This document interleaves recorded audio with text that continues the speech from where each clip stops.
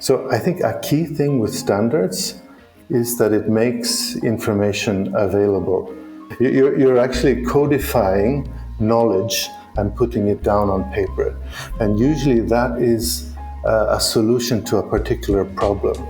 And this fertilizes the ground for others in a figure of speech. The fact that the knowledge is put out there, the way to solve a particular problem is put out there is extremely beneficial. It allows, what's the expression, a million flowers to flourish.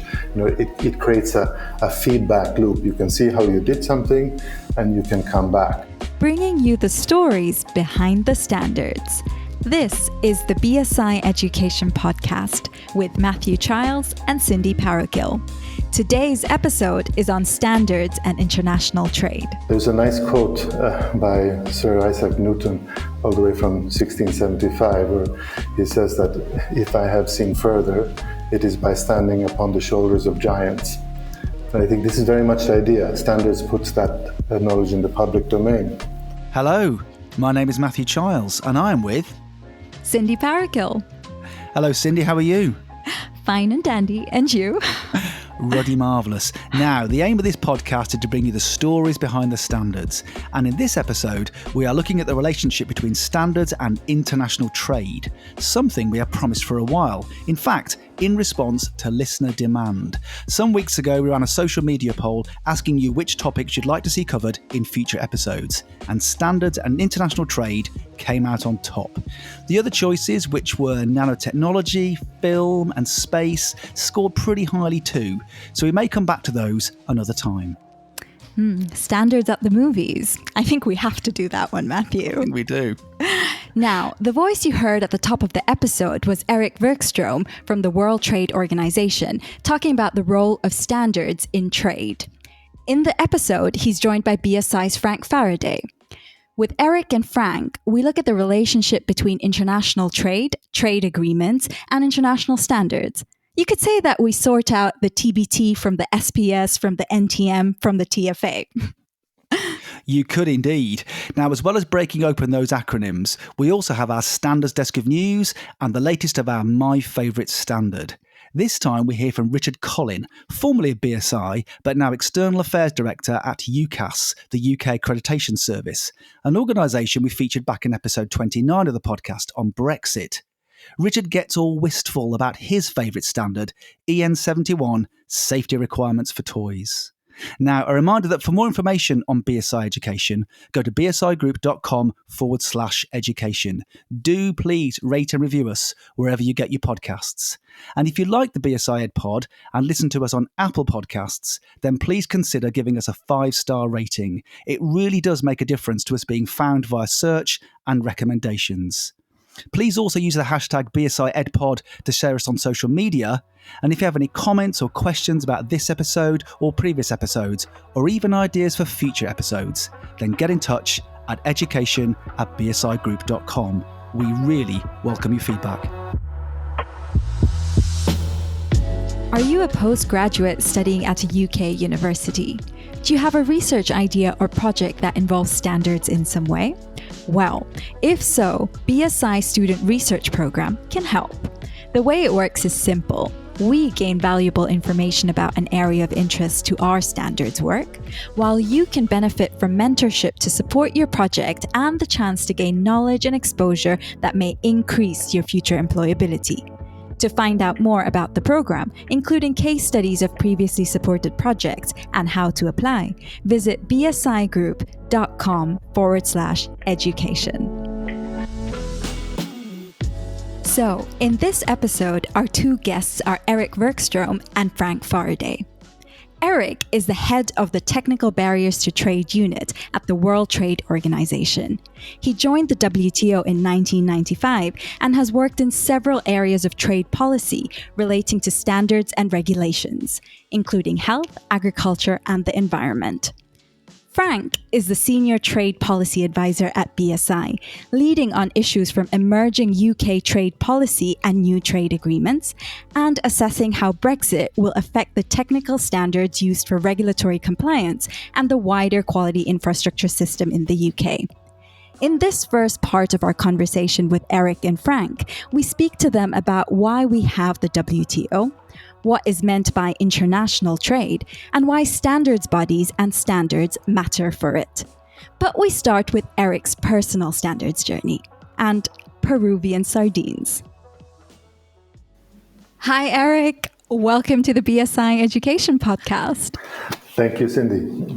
It's great to have you here.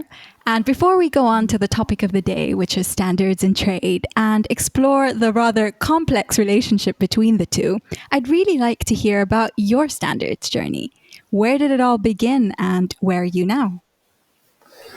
So, my standards journey, that's actually, it's a strange way of thinking. I never had my mindset on that I was in any kind of standards journey, but you are right, I have ended up in this area and the link between standards and trade. And I quite enjoy it, I have to say, but I hadn't expected that.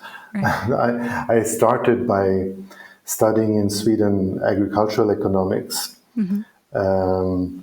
I went to start working at the WTO in the very beginning in 95, and it was in the agricultural area, but quickly moved into the SPS agreement.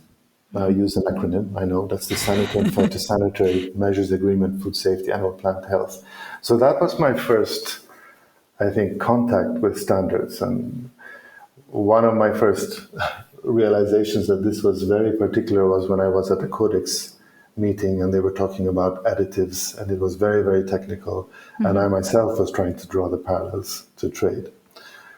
But that dawned on me eventually, this relationship, and we'll talk more about it. Then I started working for the sister agreement in the WTO, which we call the Technical Barriers to Trade Agreement. And so I head that team now within the TBT section. Okay.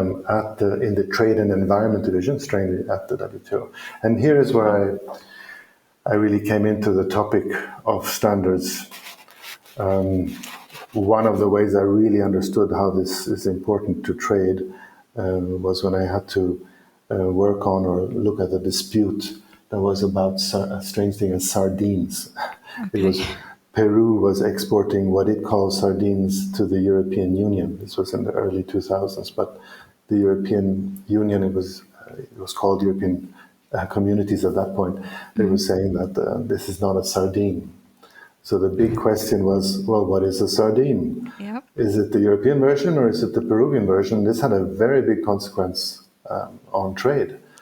And it came down to a standard, a Codex standard actually, which had a listing of different sardine species on which the Peruvian one was there.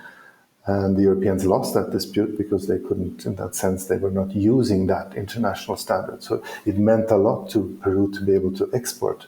So this is perhaps where I started the standards journey and its relation to trade. That's when I realized the importance of it. What a fantastic example to set the scene for this episode. It really highlights the importance of standards in trade. Yeah, I should jump in. Yeah, go for it. I gave a very, very superficial summary of that dispute. I'm sure there will be lawyers listening to that who will crucify me. But the idea was simply to explain the importance of standards in trade and how international standards actually have a crucial role to play. Great. You've already dropped in some acronyms, TBT and SPS. Yes. So I really look forward to coming back to that. Yes, so why do standards matter in trade? If you could tell us a bit about that. Yes, so that's a rather good question. And in a way, you're asking two things, I think. It's both about trade and standards. And in a way, it's perhaps better to keep them separate to begin with. One can begin by asking why standards matters, and I think then the trade part is somewhat easier to come back to. But for me, this issue of standards is quite difficult to explain. It would be easier when you talk to people, especially when we travel, for instance, in developing countries, to explain the benefits of building a bridge, a school, or a hospital. But to say that they should be spending resources, capital on investment in a standards body or developing the standards institution sometimes is quite difficult. So I think a key thing with standards is that it makes information available. You know this. You work within a It's the standard body. invisible glue. Exactly. So you're actually codifying Yes. knowledge and putting it down on paper. And usually that is a solution to a particular problem. And this fertilizes the ground for others in a figure of speech. The fact that the knowledge is put out there, the way to solve a particular problem is put out there, is extremely beneficial. It allows, what's the expression, a million flowers to flourish. It creates a feedback loop. You can see how you did something and you can come back. So in a way it enables tinkering with ideas that are there, and you can allow it to others to see what could be done better, you revise it, etc. So in brief, I think that is a key benefit from standard, is this putting the knowledge down on paper. There's a nice quote by Sir Isaac Newton, all the way from 1675, where he says that if I have seen further, it is by standing upon the shoulders of giants. And I think this is very much the idea. Standards puts that knowledge in the public domain. And this can be about very practical things. It can be about cement, how you make cement, how you make a light bulb to be energy efficient, how you use a flash drive, or how you make that flash drive, not how you use it. So it's not necessarily the invention we're talking about, but actually its application, how you use that innovation, so to speak, in a practical application, in solving an idea that has a commercial applicability. So the benefit of standards there is putting it in one place and make it accessible to others. I think we had in the context of the COVID pandemic a good example with respect to masks, or even in general personal protective equipment. At the very, very beginning, not everyone knew how to produce these, but standards were made freely available. Anyone could make them, knowing the instructions. In a way, standards is like a cookbook. You can take it out, and you find out how to do it, and then you put that through. So this is one of the benefits. And probably you're wondering, well, then how does this relate to trade? Well, in a way, to me, trade is the engine, the machinery that drives the spread of these products. That's what you have in the background, the fact that anyone can produce that mask, or anyone can produce that flash drive because the instructions are there. Because we are competitive by nature, we'll try and make it better. We'll try and increase the quality. And you have a competition that drives up quality and often performance and down price. The price actually goes down with time. Just think of what a storage device costed 10 years ago to one that is today in terms of quality, respective price. So trade is actually, I find, the easier side. It's what lubricates the machinery to make sure that products are spread. So do you think standards help sort of create a level playing field in trade? Yeah, level playing field is actually quite a charged idea in trade circles, but I think standards provide a common language in trade. I think that's the way one can see it. So this is why the two major WTO agreements that are about standards, and I named the acronyms before, so SPS for sanitary and phytosanitary, so that's food safety and plant and animal health. TBT for technical barriers to trade. Those two agreements, they strongly encourage the use of international standards. It even goes a bit further in the sense that if a country is using an international standard, there's a presumption, it's rebuttable, and I'm trying not to be too legalistic here, but there is a presumption that says if you're using an international standard as a basis for a regulation, a requirement that you impose on your trading partners, you're basically okay. You can be challenged, but you've created a kind of a safe haven. So those two agreements, which came in 1995, in a way, were quite powerful from that point of view. So, a long story short, I started by saying that yes, its standards themselves are quite difficult to explain the benefit of, but I think they're very powerful in terms of putting information about how you solve particular problems in a place where everyone can see them, tinker, and make them better. And then in the context of competition, as we have lower and lower trade barriers, this enables a competition that's good for quality and wants something that drives down price. There are, of course, negative sides too, but I think that is probably a strong reason why WTO rules promote the use of standards. That's really interesting, Erik. And you mentioned that between the two, standards and trade, probably trade is the more easily definable element.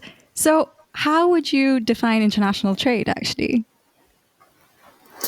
Yeah, so that might seem like an obvious question for someone who works at the WTO. But I mean, if you take the word out, international, which is kind of the easy side, and how do you define trade? This is basically something that we humans have done for a very long time. It's kind of in our genes. Even children do it from a very early age. It's basically me or you exchanging a product for something else. It can be money, or many, many years ago it was another product. So it's basically an exchange you have. So when you have that level within a village, within cities, within a region, within a country, it's trade. When you have it between countries, we refer to this as international trade. That's a very simple way of putting it. I think what has happened over time, we have always traded in a sense, but over time we have had a much higher degree of specialization in trade. That's a word that often comes up when you talk about trade. If you look very, very far back in a hunter-gatherer society, I think that most people in that society would know a lot about, how would one put this, a little about everything. You'd probably have to know how to hunt, you'd probably know how to fetch water, to fix the clothes, etc. But then we have moved to today, and I'm making a very big jump, of course, where I think most of us, at least myself, we know a lot, very much, but about very little. I am specialized in a very small part of what humanity is all about. I can talk about standards, I can talk about trade, but if somebody asked me to produce the food I eat, or the clothes I have on, or even build my house, I'd probably go hungry and my family would be cold. It wouldn't work. Absolutely. No. So we probably do much more less today, and we trade more, so to speak. So you have this incredible specialization that has happened. And that means that we, as people and as countries, rely more and more on others for other products. So trade has taken on a very important part in our life. Yes, please. This also ties in with the whole comparative advantage theory, no? Yes, that's of course behind that.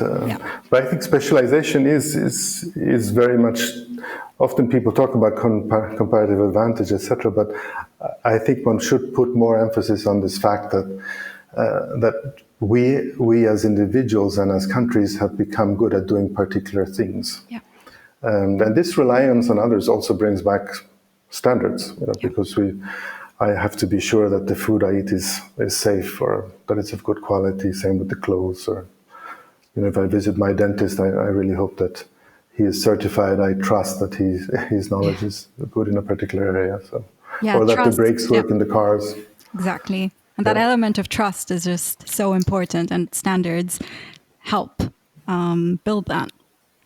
Yeah, and I think that trade is not only, like we said before, is not only about goods crossing borders, but also the ideas and knowledge that come with them.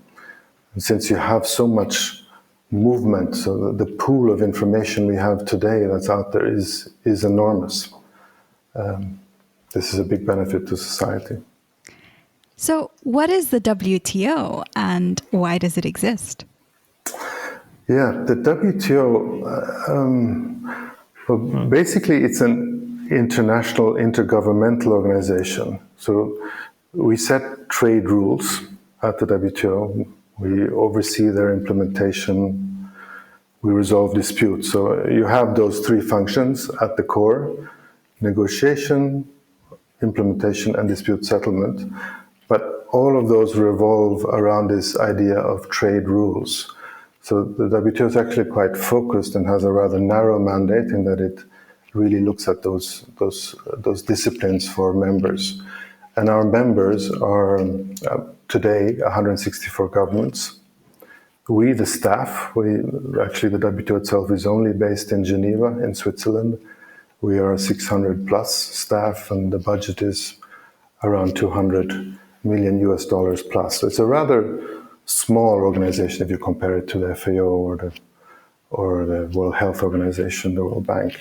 The WTO, the system we have there, or it was created as an answer to the World War II. That sounds quite dramatic, but I mean, the global rules that underpin our system there were a reaction to the fact that we should not repeat what led up to World War II. In the sense that is, I think one amazing important document that came out during the World War, during that time, was the Atlantic Charter. I don't know if you know about that, but that's the 1941, was a paper signed by both Roosevelt and Churchill. Churchill had to cross the Atlantic in a very dangerous time to sign that paper.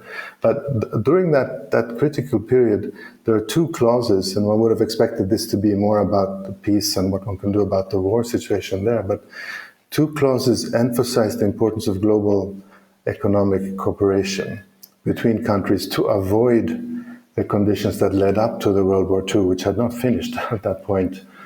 So it was trying to seek a basis for economic cooperation to avoid protectionism, and where you are raising tariffs, so to speak, in an unnecessary way. So I think that was one of the main reasons behind this.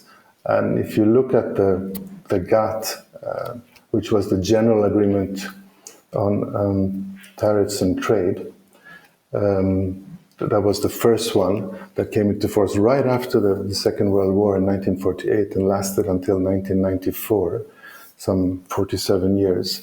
Those core and central rules are what the WTO rule systems is actually based on today. So the 1995, which took over from that, yes, it broadened the scope of these rules, and we had then the two agreements on standards that I was talking about from 1995. But basically those fundamental principles of the trading system, which were non-discrimination and transparency, those were set right after the World War as a way to try to get countries to engage economically.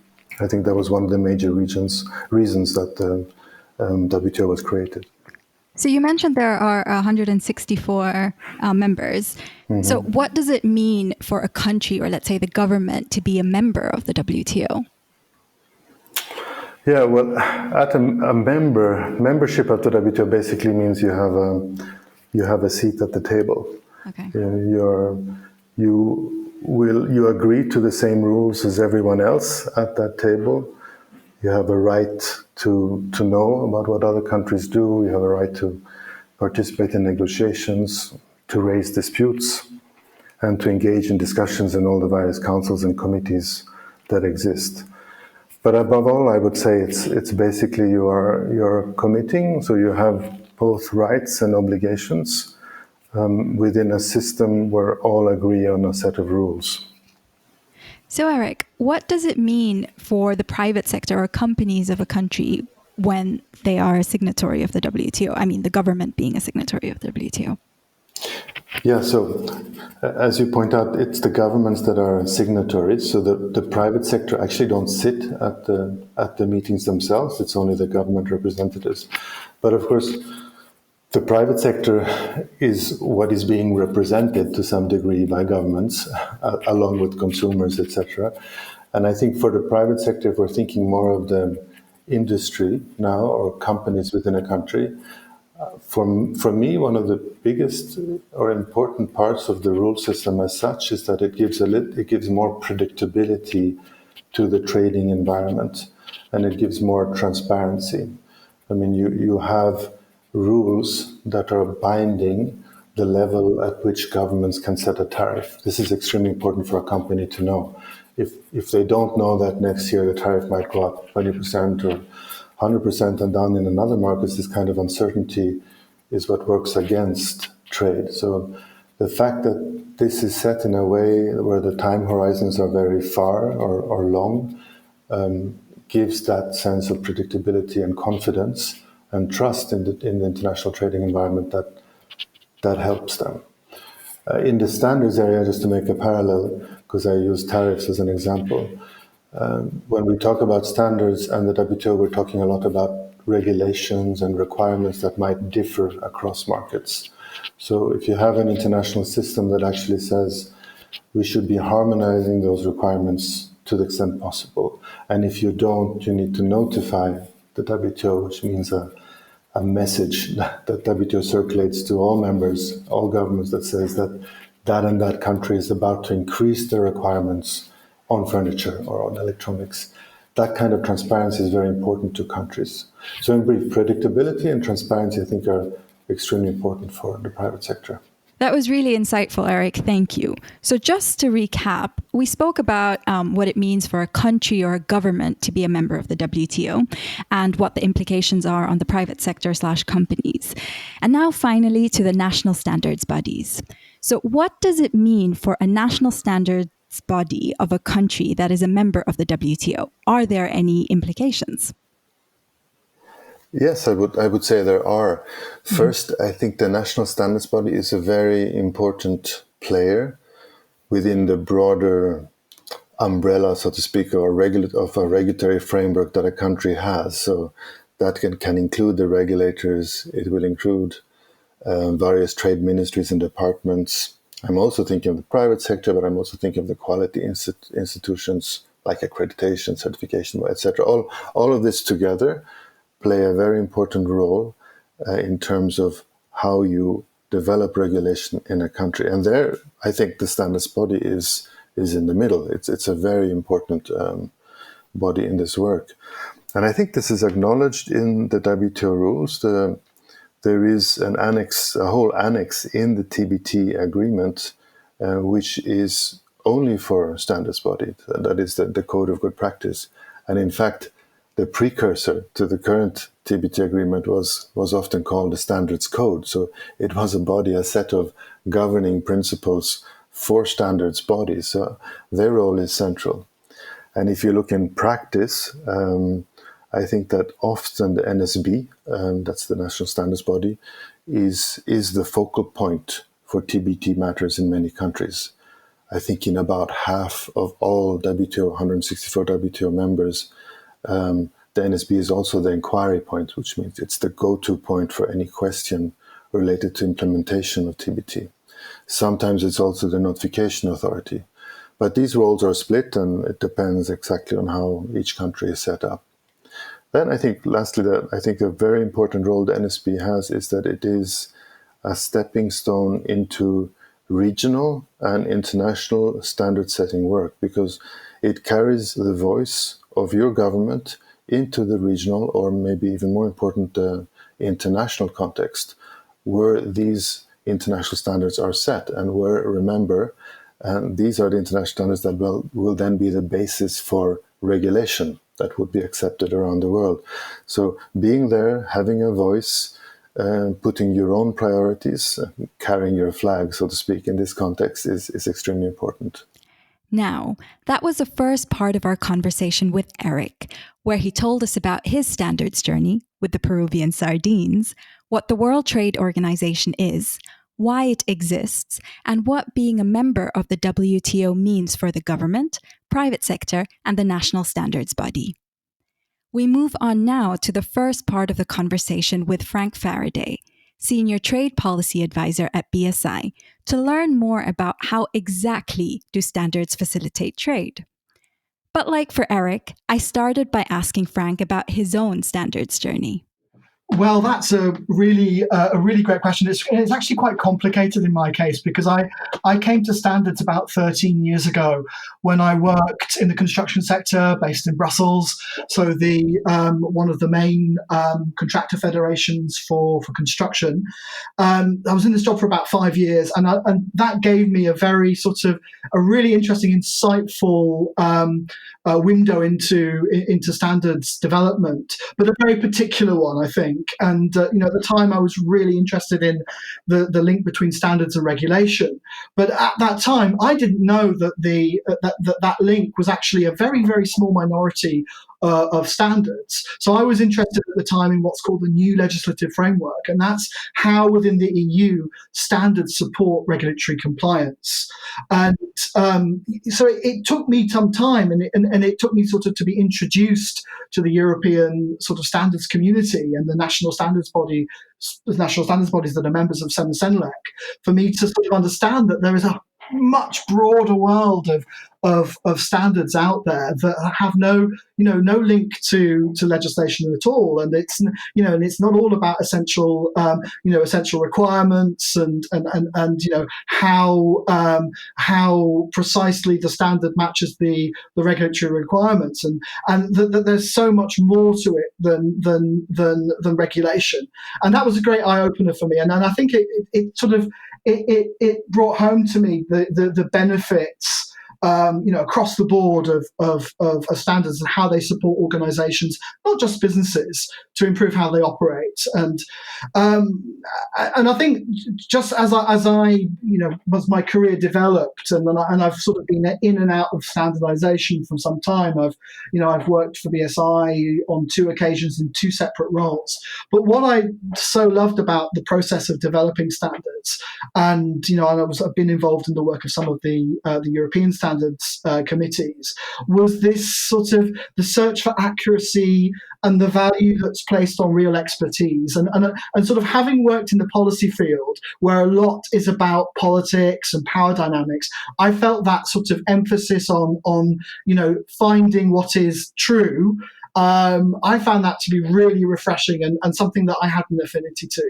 So, I think when we talk about the values of standards development at its best, it's that collaboration which I loved, and that's something that all the way through has been something which I've really, really enjoyed about working in the standards field.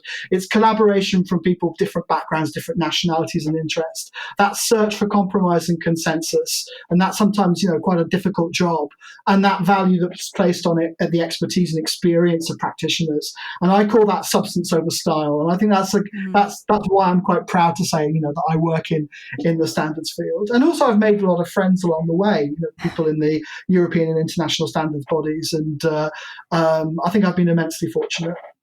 The passion in your voice really comes through, and I think it's safe to say that you've been seduced by standards.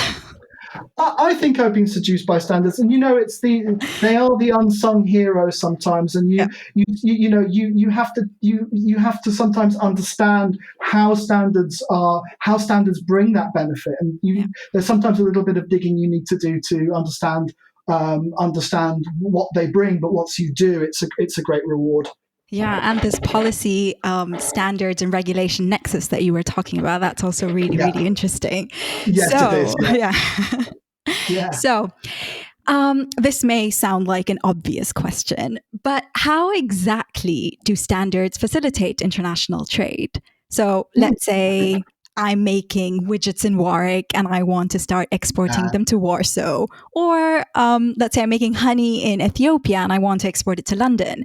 Why should I really worry about standards? How do they help businesses? Well, they in terms of how standards support or facilitate international trade, I think the first thing to say is that, and it's a bit of a caveat, really, Cindy, is that not all standards, necessarily facilitate international trade. Standards can be they can help, but they can also hinder, depending on what the nature of that standard is. So, for example, if you have multiple different standards referenced in national national regulation made mandatory, which have sort of slightly different requirements, or indeed if they conflict one with another, to reflect, national preferences or national interests, then, we can't say that standard will facilitate international trade. And before globalization, and before you had that great push to develop international standards from the sort of 70s onwards, that was the reality. You had national standards for national markets. So standards really come into their own for international trade where they are themselves international. So what do I mean by this? So you replace those multiple conflicting national standards with one international standard to cover any specific aspect of a product component or service. So it's really only by basing sort of your technical regulations at national level on international standards, and then adopting international standards as national standards, that standards, sort of in my view, can play their full role in reducing barriers to trade. So you have, one international standard. What are the benefits? By having one international standard, you're reducing the need to run multiple production lines. So you're saving money. Basically, the compliance-related costs are brought down, which means that you can then reinvest that into more productive parts of the business. So, such as product development and innovation. So, money saved by reducing your compliance costs can be channeled directly back into making a better product, and can bring other benefits as well, such as increasing efficiency through driving economies of scale or reaching new customers and new markets. And that leads to lower costs through more competition, benefiting consumers in those markets. So there are real benefits to using international standards that go above and beyond national standards, and that's what we really sort of try and emphasize is the benefit of international standards for driving trade. That's really interesting. So you made 2 points there, that not all standards facilitate trade, and it's mainly international standards that facilitate trade. But at the same time, we do know that there are national and regional standards. Yeah. Yes. So not all standards promote trade equally. Is that what I'm understanding? I think that's the key message there. Not all standards, and in some cases, regional standards have their place. International standards do not cover every product, every service on the market. So, it's been clear that within Europe, and you've definitely seen the benefit there through the single market, through European standards replacing national standards. There's been a huge benefit in terms of the ability to do business across borders. And that's with, even without the regulatory harmonization that came through the European single market. But Cindy, you talked about your widgets, and I like this widgets from Warsaw, from Warwick to Warsaw. Warwick to Warsaw, or honey in Ethiopia, and I think that's a really good point. I mean, international standards are, we like to call them a passport to trade, because they create this common technical language that that promotes trust between the producer, the widget producer in the Midlands of England, and their customer in Warsaw. And I think the benefit they bring is that they, rather than sort of having to comply with different standards, and in some cases also different technical regulations. If those regulations are based on international standards, that will make it easier for that producer of widgets to get their product onto the market in Poland. Honey is a bit more of a complicated question, because there you come on to other areas of international standards. So international standards, yes, they cover what we call technical barriers to trade within the WTO system, but they also cover SPS measures. Now, SPS are sanitary and phytosanitary measures, and with respect to honey, you will definitely find that you will have SPS standards to deal with as well. So, for example, with your honey, things like your maximum permitted acidity and your sucrose content, things like that are going to be covered under measures linked to the safety of that product. And that's so for the WTO, both the SPS agreement and the TBT agreement reference international standards. The main difference between the TBT and SPS measures is that the SPS agreement references specific international standardizing bodies, whereas the TBT agreement does not determine which international standardizing body will produce what is a relevant international standard. That's really helpful. Thank you for that. You say that international standards are more effective in promoting global trade, but it may be helpful to the listener to understand what exactly is an international standard. Yeah. Well, I think the main characteristic of an international standard, and this is me speaking here as Frank, is the governance of how that standard is developed. That is key. And how international consensus is reached, because you can have lots of standards that have different international input. You can have standards where 98% of the participants around the table are based in one country, and you perhaps have a couple of experts from individual experts speaking on their own behalf from another country, and in certain circumstances, people may pretend or try and claim that standard is international. So we have to separate the wheat from the chaff.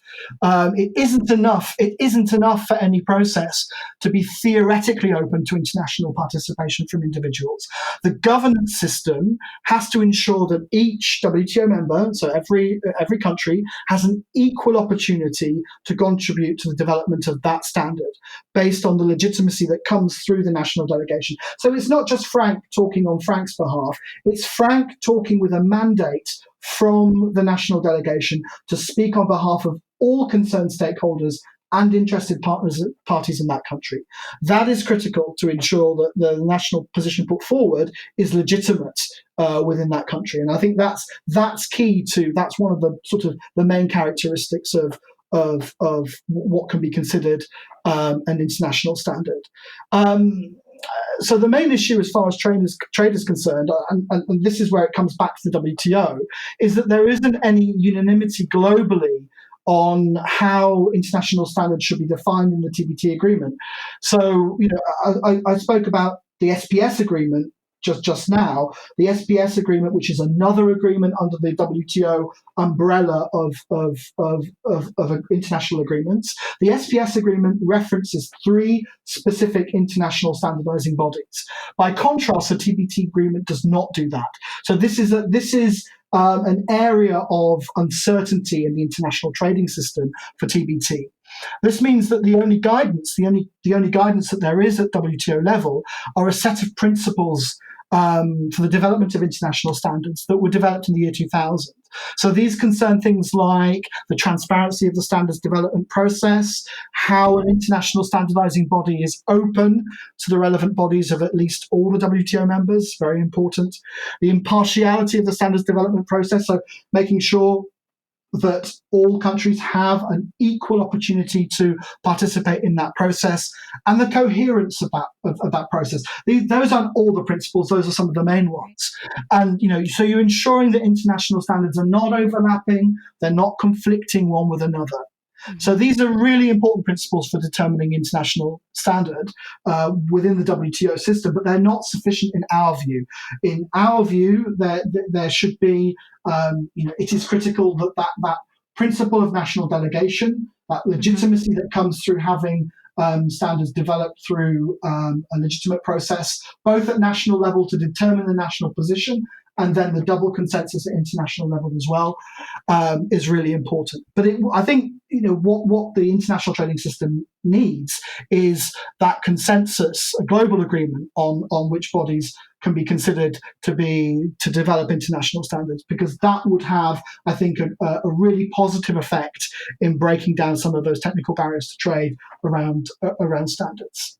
So I think that you made a really strong case in terms of why we should be working towards international standards.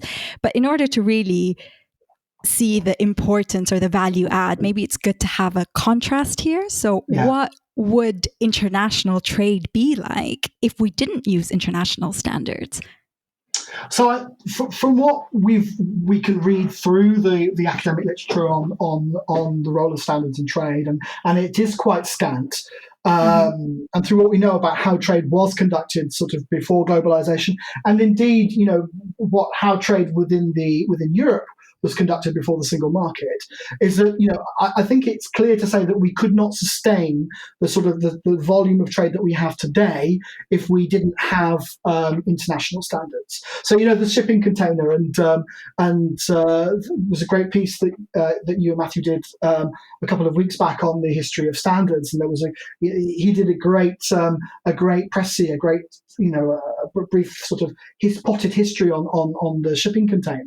Without the ISO standard to determine the basic dimensions of the shipping container, you couldn't sustain a global shipping industry, because you need to rely on the exact numbers of containers that can be stacked, how they are loaded onto the ship, all those things that sort of are dependent on that international standard being there. So I think sometimes we underestimate the importance of having those international standards for the whole system of trade that we take for granted today.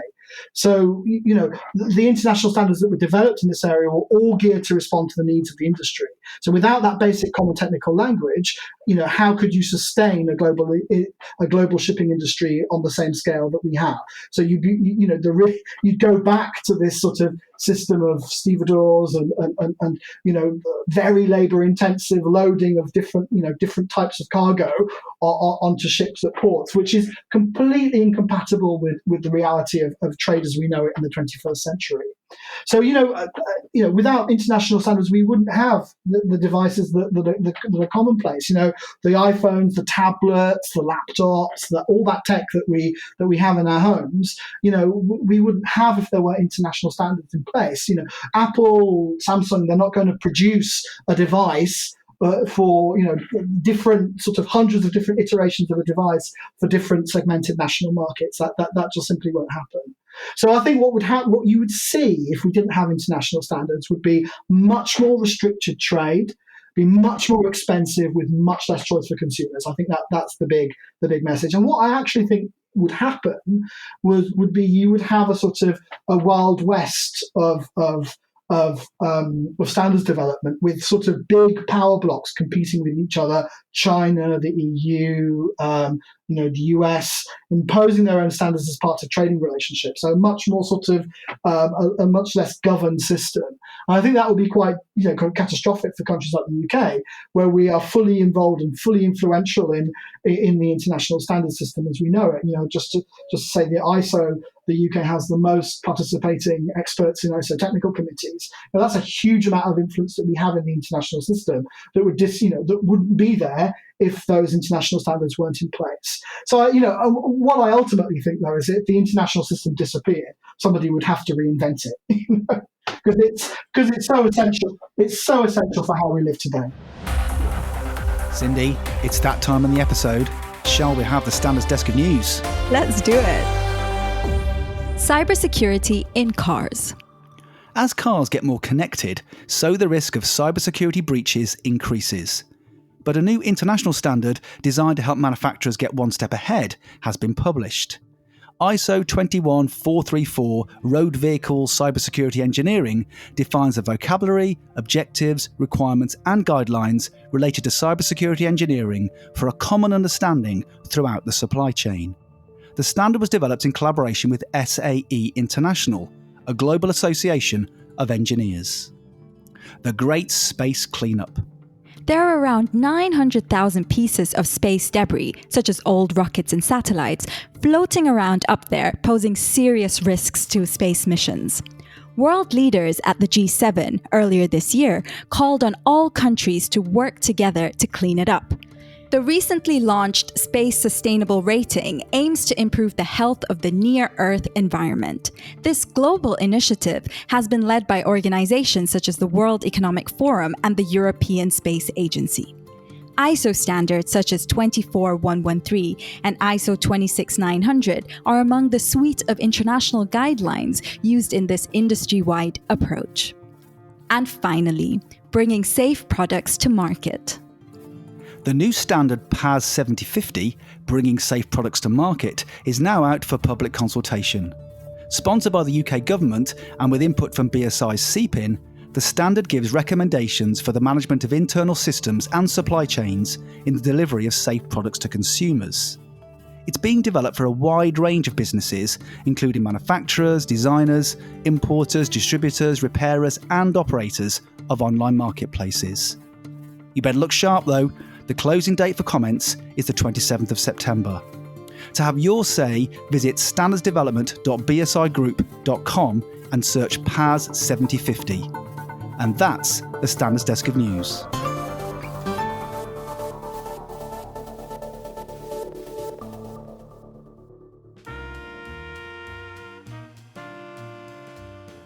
My favourite standard. Today's My Favourite Standard comes courtesy of Richard Collin. At the time of recording, Richard was head of national and European policy here at BSI. He's now taken up a new role as External Affairs Director at UCAS. Here's Richard getting wonderfully wistful and misty-eyed about EN 71 Part 1 Safety Requirements for Toys, Mechanical and Physical Properties, and the impact that it's had on his entire career. I started my career towards the end of the 1980s, working for Avon County Council Trading Standards. Then my job was enforcing UK consumer protection law on weights and measures, on fair trading, on product safety, on food and animal feed. And as an inspector, every day I'd walk up and down high streets, I'd visited shopping centres, I'd travelled to country villages, and in doing this, I carried with me some essential kit. I had a bag of weights for testing scales in those days in pounds and ounces. I had bags and sealing equipment for taking food samples. I had advice leaflets, and I had what was called a truncated cylinder. The truncated cylinder was a tool based on the measurements in EN 71 Part 1 that was made to represent a child's throat. It was a standardised child's throat. And if I found parts of a toy that were detachable with a certain force, which I approximated with a good tug on them, and then they fitted into the cylinder, I could be pretty confident that they wouldn't meet the standard. And then I could use that as a benchmark to say that this toy was probably illegal. Then I'd seize the toy, I'd look to get it tested, all with a view to getting unsafe toys off the market and protecting the public. And this EN 71 Part 1 standard was new. It was based on and replaced the old British standard BS 5665. It was one of the first standards that I was familiar with. And how a screening test with this truncated cylinder for that standard helped me to see whether toys were legal or not was the beginning of my understanding of the relationship between standards and the law. And in many ways, it's been with me through the 30 plus years since then. I left Trading Standards in 2000 and was seconded by the British government to Hungary, where I worked helping to develop their product safety enforcement regime. One of the main areas they worked on was toy safety. I talked to inspectors there a great deal about EU toy safety law, about how the European standard, also adopted by the Hungarian standards body, was no longer mandatory, but helped show conformity to the law, and about the benefits of using screening tools like the truncated cylinder. After Hungary, I moved to Brussels. I worked in the European Commission, and there I worked with many requests that were sent from the Commission to the European standards organisations to develop new standards or to improve standards. Two of these improvements were for EN 71 Part 1, looking to strengthen the standard on magnetic toys and on toy tea sets. These mandates, these requests, as they were called, helped me to understand the detail of the way in which standards respond to changes in public policy to enable compliance with the law. So now, over 30 years since I first encountered EN 71 Part 1, I'm at BSI, and my current focus is at what the UK's departure from the EU means for the way in which standards, in particular European standards, interact with UK regulations. Much of this is about how regulations will diverge between the UK and the EU, and how that then will impact upon the standards that we have in the BSI National Collection. Some of this will be deliberate, of course, deliberate divergence from the UK. Some of this will come, though, when EU law changes and UK law doesn't move. And recently, we've had an example of what you might call this passive divergence. We've had a change to the EU Toy Safety Directive, just announced, a change to the limit value for aniline in toys. And this kind of minor change is really important for us to understand what Brexit will mean for standards. Does this affect EN 71 Part 1? How will the standard and the regulation continue to fit together? What does this mean for the UK regulation when UK governments are looking to regulate for the markets in Great Britain? And we're going to look into that. So, my favourite standard, EN 71 Part 1, Mechanical and Physical Properties of Toys. This standard has featured at important points in the 4 main parts of my working life, through 3 countries and across now 5 decades. It's helped me to understand that complex relationship between the law and consensus-based good practice tools, which we call standards, which is one of the defining points of my career. And today, thinking about this, it takes me back to a very different world. It takes me back to a very different person. A young, a newly qualified trading standards inspector setting out in the world in Weston-super-Mare in 1992, armed only with a brown leather bag of weights and a truncated cylinder. We now return to our conversations with Erik Wijkstrom and Frank Faraday. In this second part, we look at issues of international standards and national government regulation, digital trade, and the role of standards in UK trade policy and trade deal negotiations. Oh, and Harry Potter. And cauldrons. So, Erik, how do international standards fit into the WTO? Earlier you mentioned the GATT, TBT, SPS, and then there's a trade facilitation agreement as well. So how does that all fit together? Yeah, that's also another good question, because even after so many years of being enforced, the TBT and SPS agreements, there is always a lot of confusion between why we have 2 agreements on standards and now a third. You mentioned the trade facilitation. It's growing. It's growing, yes.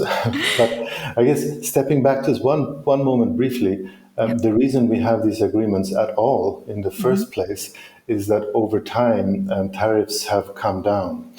Today, they're still important, of course, but they're not as significant as they were 40 years ago. I mean, we've gone from 40% to 10%, and in fact, don't rely 100% of those figures, but most tariffs today on industrial goods are below 5% in important countries. So there's a lot more focus today on what we call non-tariff barriers, or NTBs, or NTMs. Yeah, non-tariff measures is another way of saying it. No, that's right. There's sometimes we talk about barriers or measures. So that's where these agreements come to play. And it started with something that was called aptly the Standards Code. Back in this was the result of a Tokyo Round negotiation in 1979. It came into force in 1980. But that was a smaller plurilateral agreement between some 40 plus or minus countries. Plurilateral in WTO would mean that it's only among some countries. But that was kind of the precursor of what would become later the WTO, Technical Barriers to Trade Agreement, and SPS Agreement. So we call them, in a way, the sister agreements. They came into force in 1995. They were entirely based on that original standards code, but they were upgraded and revised, and basically they got 2 different mandates. So it's difficult to explain, but if you think of SPS, Sanitary Phytosanitary Measure, that agreement is really focused on food safety, animal, plant life, and health. And putting it very simply, the lawyers won't like it, everything else is TBT, Technical Barriers to Trade. So in that sense, Technical Barriers to Trade is very, very broad, while the disciplines on food safety, animal, plant life, and health are much narrower. And then why did you have 2? Why couldn't you just have 1? Well, they're a little bit different in that the disciplines for food safety, animal, plant life, or health have a lot more emphasis on science. So you've got to base the measure on science. That doesn't mean you don't need science for all other standards. Of course you do. But there's more emphasis on the food safety part, because it affected agriculture. So one has to go further back. So the agriculture agreement, when that came into force at the same time in 1995, there was a feeling that you needed another agreement that would make sure that when you brought down tariffs and subsidies in the agriculture area, so you restricted those abilities for countries to protect their agricultural sectors, they wouldn't use other measures. So maybe the tariff on beef went down to 10%. But then maybe a country would say, well, we won't import your beef because it's got this and this disease. In that sense, it's a very powerful restriction. So how do you make sure that that is based on science? So there was that kind of dilemma behind it. I didn't say anything about TFA. Shall I say something about that? Yes, please. Yeah. The third one in the mix. That came much later. So that was agreed in Bali 2013, went into force a few years later. And that one is much more focused on simplifying trade procedures at the border. It's more about red tape. It's more about avoiding unnecessary documentation, too much time, having a single window for inquiries, etc. So it's an agreement intended to facilitate trade, but it won't necessarily go into the requirements themselves, where you would have typically a food safety or SBS or another kind of requirement under TBT. And its language, perhaps reflecting the fact that we have more members now than we did in 95, is a little bit more flexible, it's softer. In the TBT agreement, you actually have a provision that says you shall use international standards, while in the trade facilitation, it talks about encouraging the use of international standards. So the overlap, some have wondered about the overlap, and I think the best way to see this is that the trade facilitation agreement, it adds rights and obligations in terms of timing and documentation, but it cannot detract from those rights and obligations that are already there under TBT and SBS. Thank you, Erik. That was really interesting. It really clarified in my mind the differences between the agreements. But now moving on to one of the WTO's core functions, which is to resolve trade-related disputes. Let me ask, are standards a reason for dispute at the WTO? Yeah, one issue with that question is the confusions that there sometimes is between standards and regulations, or what we refer to as standards, which are voluntary from the point of view of WTO, and technical regulations, which are mandatory. So because the WTO is an international intergovernmental organization, we tend to be more concerned with what governments do, so how they regulate in a way which is mandatory. And when I say mandatory, I mean that, well, unless it fulfills these and these requirements, the product doesn't enter the market, and that's it. So that's a mandatory technical regulation. So most of the problems that arise at the WTO having to do with regulations are, of course, when they are mandatory. They're too restrictive, they're discriminatory, intransparent, etc. So then the question is, where is the line between what is voluntary and what is mandatory? And here each government is very different.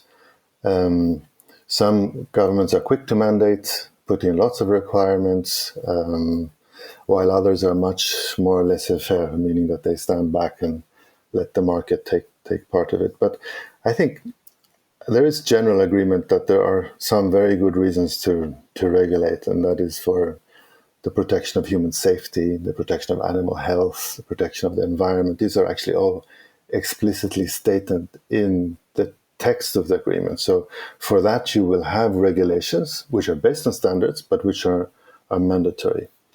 And then there are many, many other areas where industry will go rightly its own way, where they may have requirements about standards on sustainability, or organic products, basically giving consumers a whole range of choice, which is more quality related. So the difficult line to draw, as I said, here's where do governments step in? And that sometimes can be controversial. So where would a government step in and make a standard the basis for technical regulation, so making it mandatory?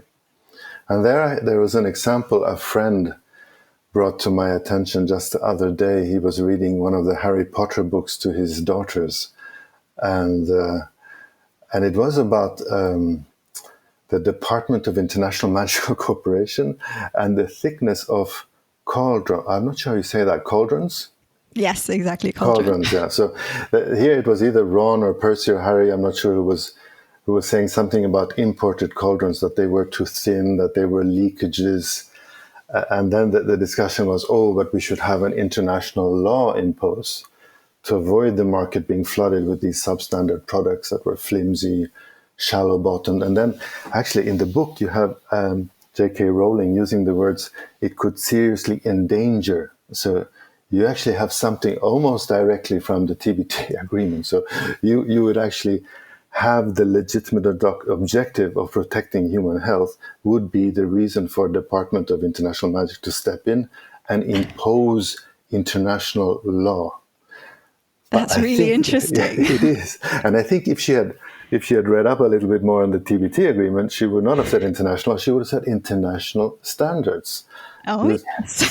See, that's where the international standards come into place, because what the TBT and the WTO agreement says is that when you do regulate in such a manner that it causes, that it is mandatory, you should use international standards.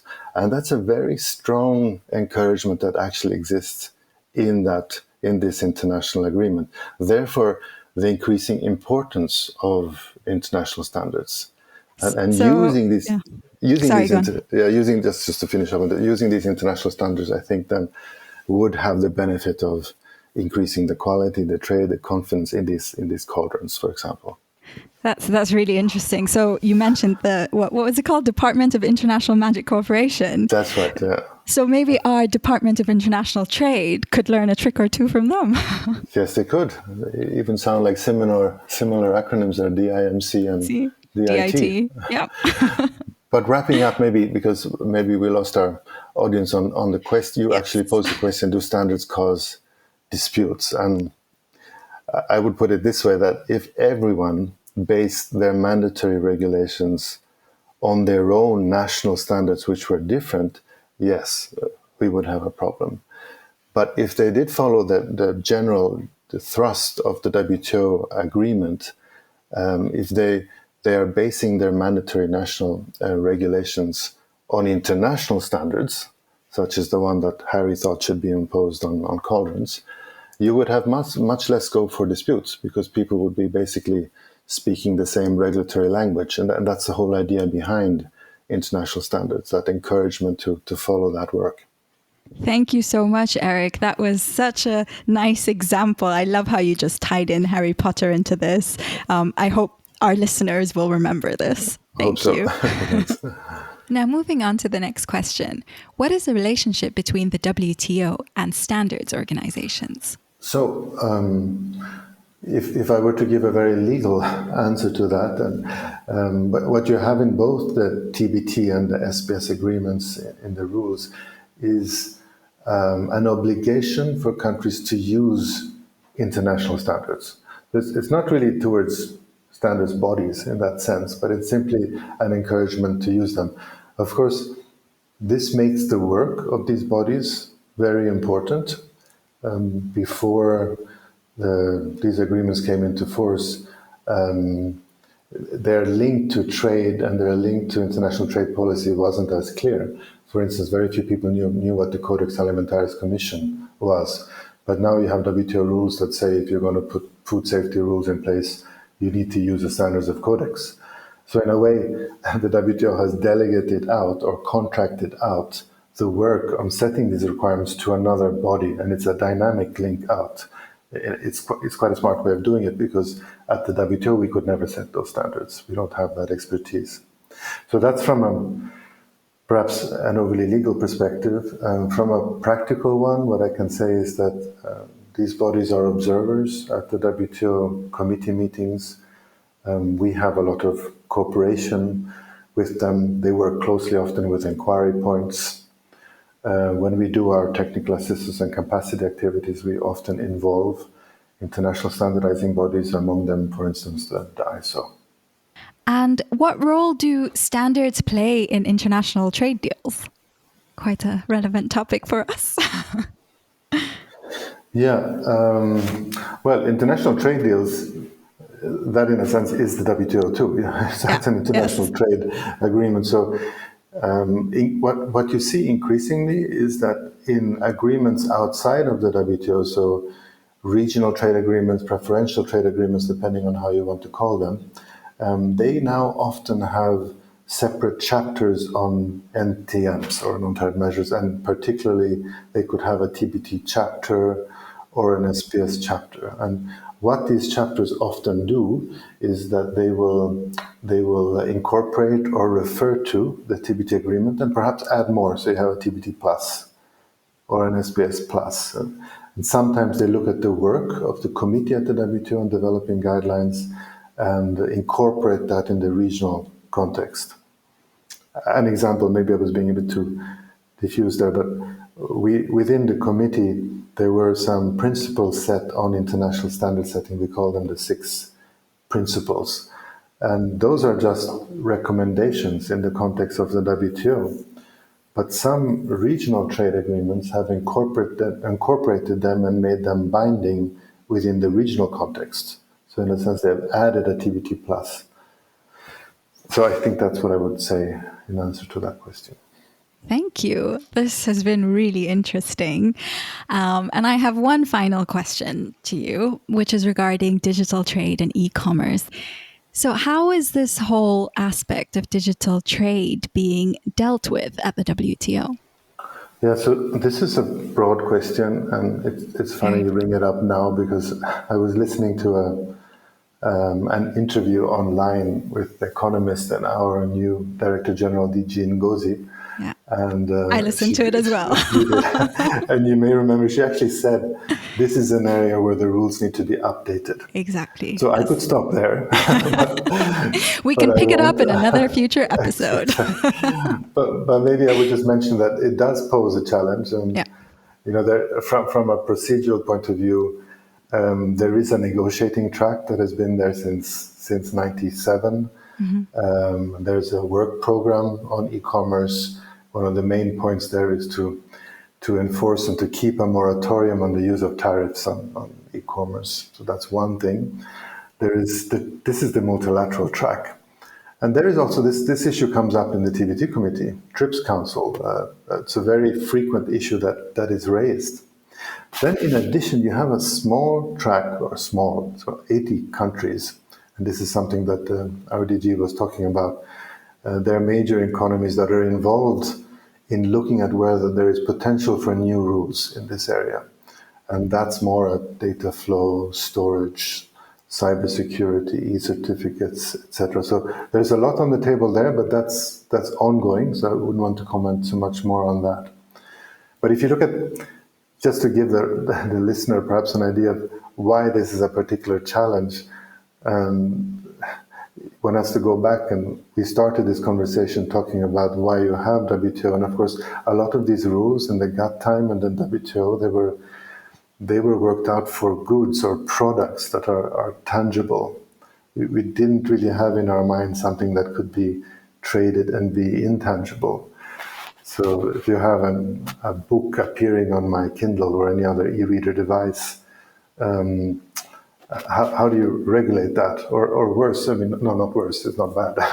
but if you had if I one day have a 3D printer and I actually print a product at home, I've actually moved the factory to my house and I'm actually producing something. It never crossed the border. There was no check anywhere.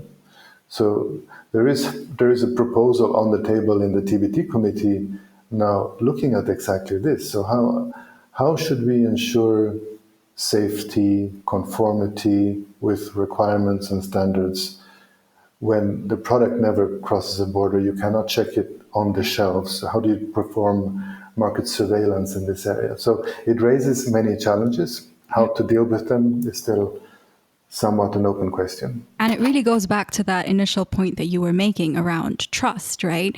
I mean, with traded products, at least with physical products, there's at least something tangible. Whereas here, that element of trust really needs to be ingrained, and there needs to be this kind of invisible infrastructure that helps create this element of trust. And potentially standards could play an important role in establishing that level of trust together with the whole quality infrastructure system, obviously.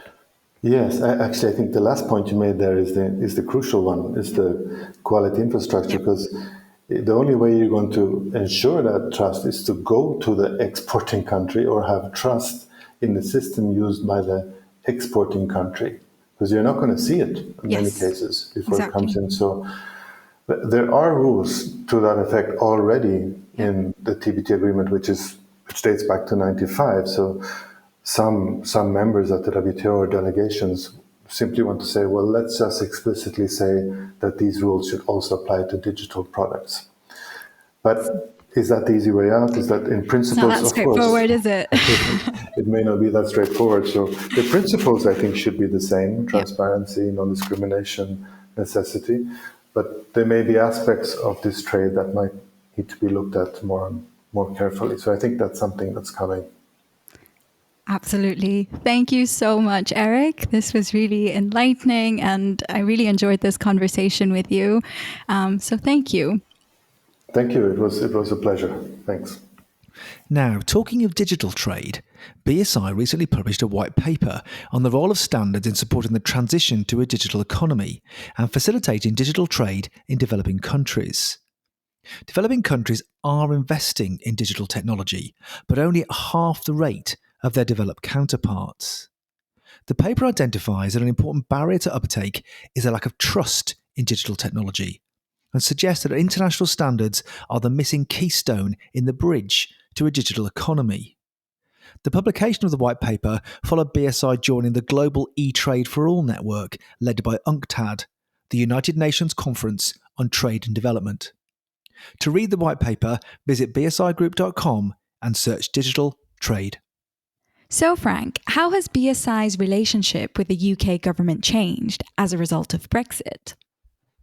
I would definitely say that Brexit has been a huge game changer in how BSI approaches government, for the simple reason that since the start of the year, the UK government and actually the devolved administrations, not just the UK government, have recuperated a whole swathe of policymaking responsibilities with huge, significant number of policy fields coming back from the EU. So that's been a massive opportunity for BSI to have new conversations with government about how standards can support UK government and devolved administration policy ambitions. And I think there's a big part of what the standards policy team are doing at the moment is around talking to government about how standards can support their policy ambitions. So obviously as far as trade is concerned, the development of an independent UK trade policy and the approach to the WTO and the various agreements that come under that umbrella are hugely important to BSI. One part of our future focus will be supporting UK government in ensuring, that in how it chooses to be compliant with the WTO TBT agreement that I mentioned before, it is done in such a way that that we maximise the UK interest.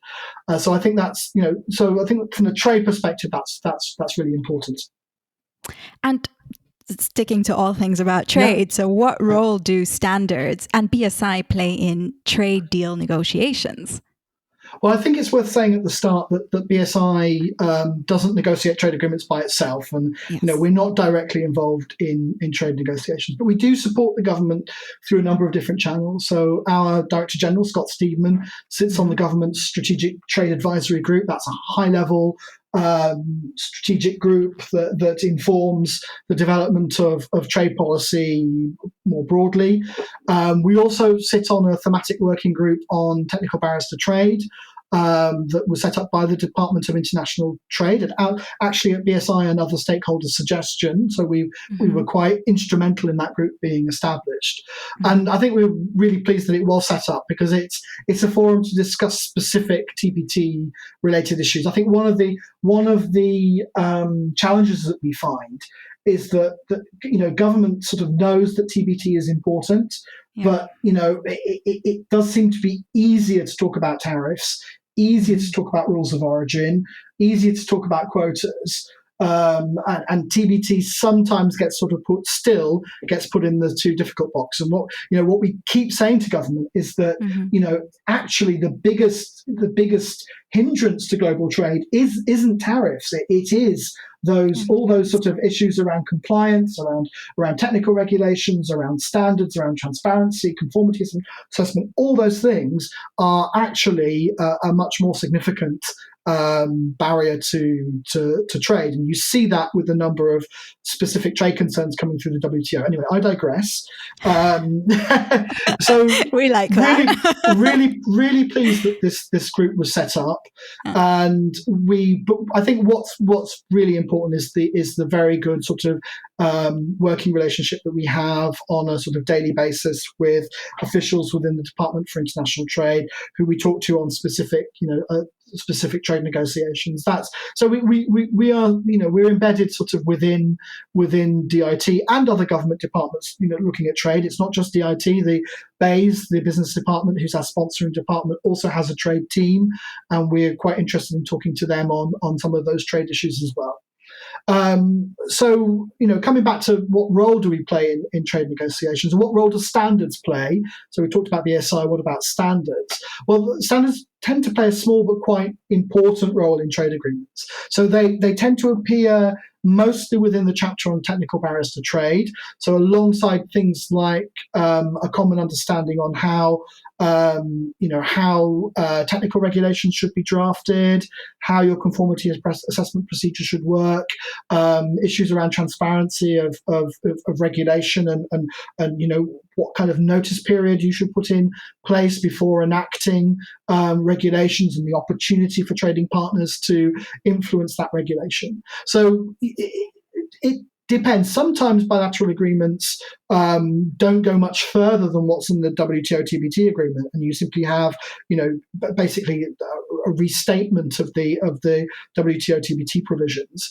But other times they can go much further and add more detail. And one example of where TBT provisions in a trade agreement go much further, or quite a bit further than what's in the TBT agreement, is the definition of international standard in the trade and cooperation agreement between the UK and the EU. Now, I mentioned the definition of international standard before as being one area that the WTO, the TBT agreement, doesn't have or doesn't give detail on. So, it's really quite helpful that we have within the TCA much more detail on what is considered to be an international standard. So, in the case of the TCA, we have a definition that includes those international standardizing bodies such as ISO and IEC, but also allows others, so long as they operate on the basis of either sort of government representation or the national delegation. Now, the national delegation is key for us here because, as I said before, that is the key characteristic of an international standard. So, in our view, this is a real sort of good balance. It's the right approach, and it sets that clear understanding of what is an international standard, and that carries that legitimacy that comes through the national delegation. So how do you ensure that consumer interests are protected when it comes to negotiation of trade agreements? That's really important. And I think there's a couple of things here. I think the main issue for me, and what preoccupies me the most in trade negotiations, is ensuring that the model that we have in the UK of stakeholder-driven standards, where all parties have a seat around the table, and where the national standards body is responsible for sort of curating that process and making sure that involvement happens, including consumers, is not undermined in any way through an attempt to strike a trade deal. Now, some of our trading partners, and the US is the big one here. I didn't want to mention the US, but I feel I might have to. They have a quite different approach to standards, a very different model, and that's rooted in their history. So, for example, the US doesn't have a national standards body as such, and you have multiple standards development organizations that work to, in a way, almost compete to have their own standards cited and made mandatory in either federal or state level regulations. Now, the risk in that approach is that it's harder for the consumer voice to sort of cut through in that much more sort of competitive process. And BSI's role as NSB is very different here. We have an almost statutory through our memorandum of understanding with government, we have a duty to ensure that the consumer voice is heard. And the benefit of having the one national standard, the one national standard model, is that you have it's much easier for consumers to influence that process. The risk is, in a trade deal, if you start to confer some kind of legal advantage or you give recognition to other country standards that haven't been developed through the international system, is that you undermine the ability of UK stakeholders to influence UK standards that apply on the UK market, and that you, in a way, you're disincentivizing manufacturers from using the national standard that ensures that all those who are interested in its development and its provisions have had an opportunity to influence that process. So that's one thing that we're really quite keen to get right in trade negotiations. Now, obviously, consumer interest groups, like WICH and like the National Consumer Federation, are themselves involved with the government Strategic Trade Advisory Group, and they're involved in other groups too within the sort of the stakeholder groups that have been established. But we're looking to work more closely to align our positions with groups such as WICH. I think that's going to be really important, especially as we look talks with the US. At the moment they're on hold, but at some point they will resume, and the question of standards and TBT will come back to the table. So we're very keen to have a very close understanding with consumer groups on those questions. Excellent. So one last question from my side. You made it very clear that BSI does not take part in the negotiations per se. However, what does success look like for BSI from trade agreements? I think getting a few basic things right is really important within trade agreements.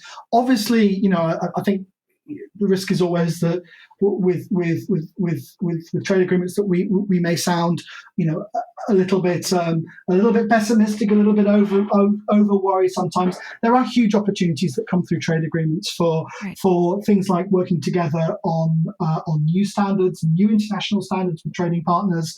We've seen examples of that with the US in the medical devices area.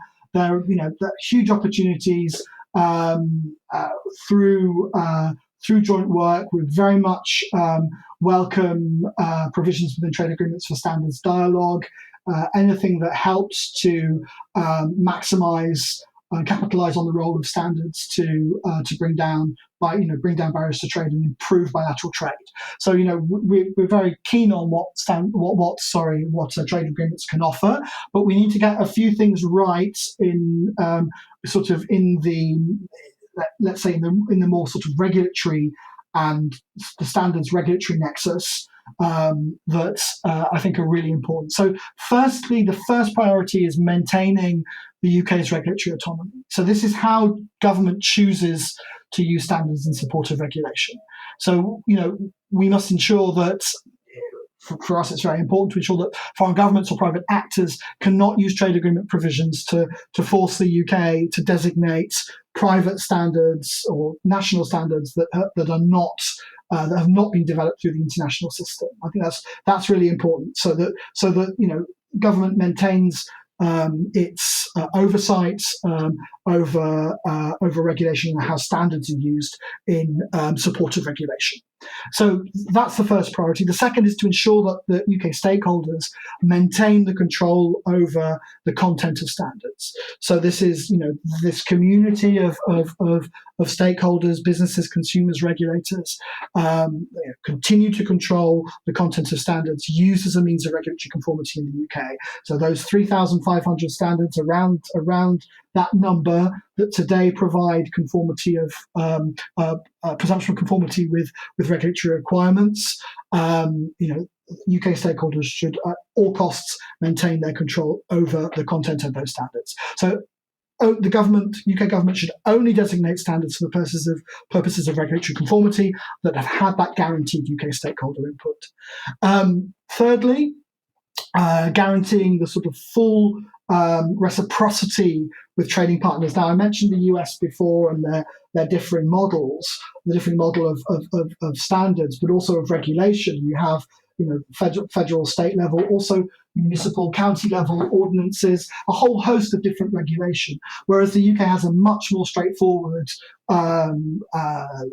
framework for market access. So, with countries that have different models of government, different tiers of government, we should be making sure that they are in a position to fully reciprocate. So if we were to recognise, for example, a US standard in the UK through a trade agreement, what is the guarantee that federal level, the state of Ohio or Michigan in the US is going to be able to reciprocate, or is going to, what mechanism is in place for the federal government in the US to enforce the recognition of British standards in the US? Now, it's pretty clear that the federal government does not have that power within the US system to enforce that recognition. So the US wouldn't be in a position to reciprocate.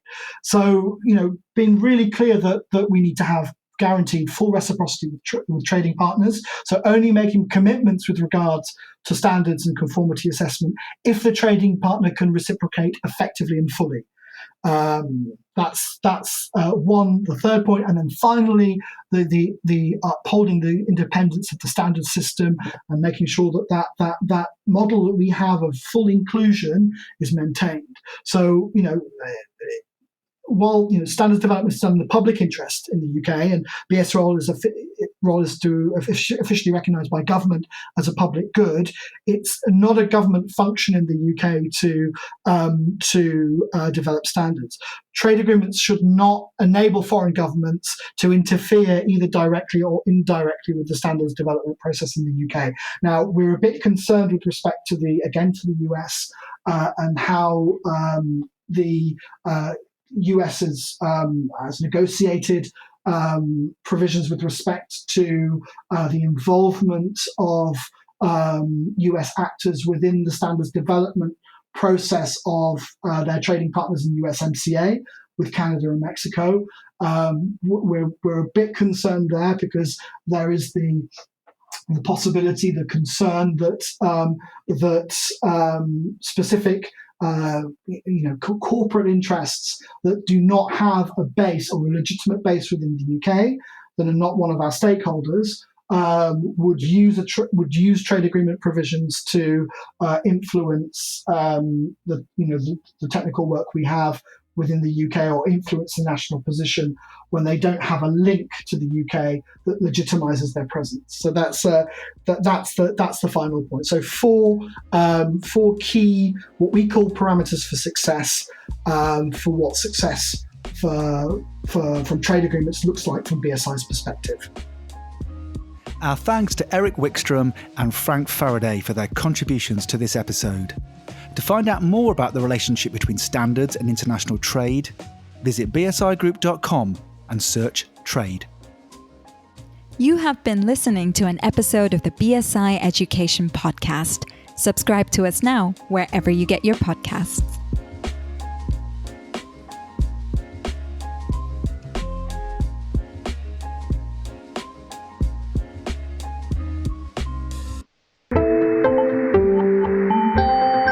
You just heard a Stripped Media production.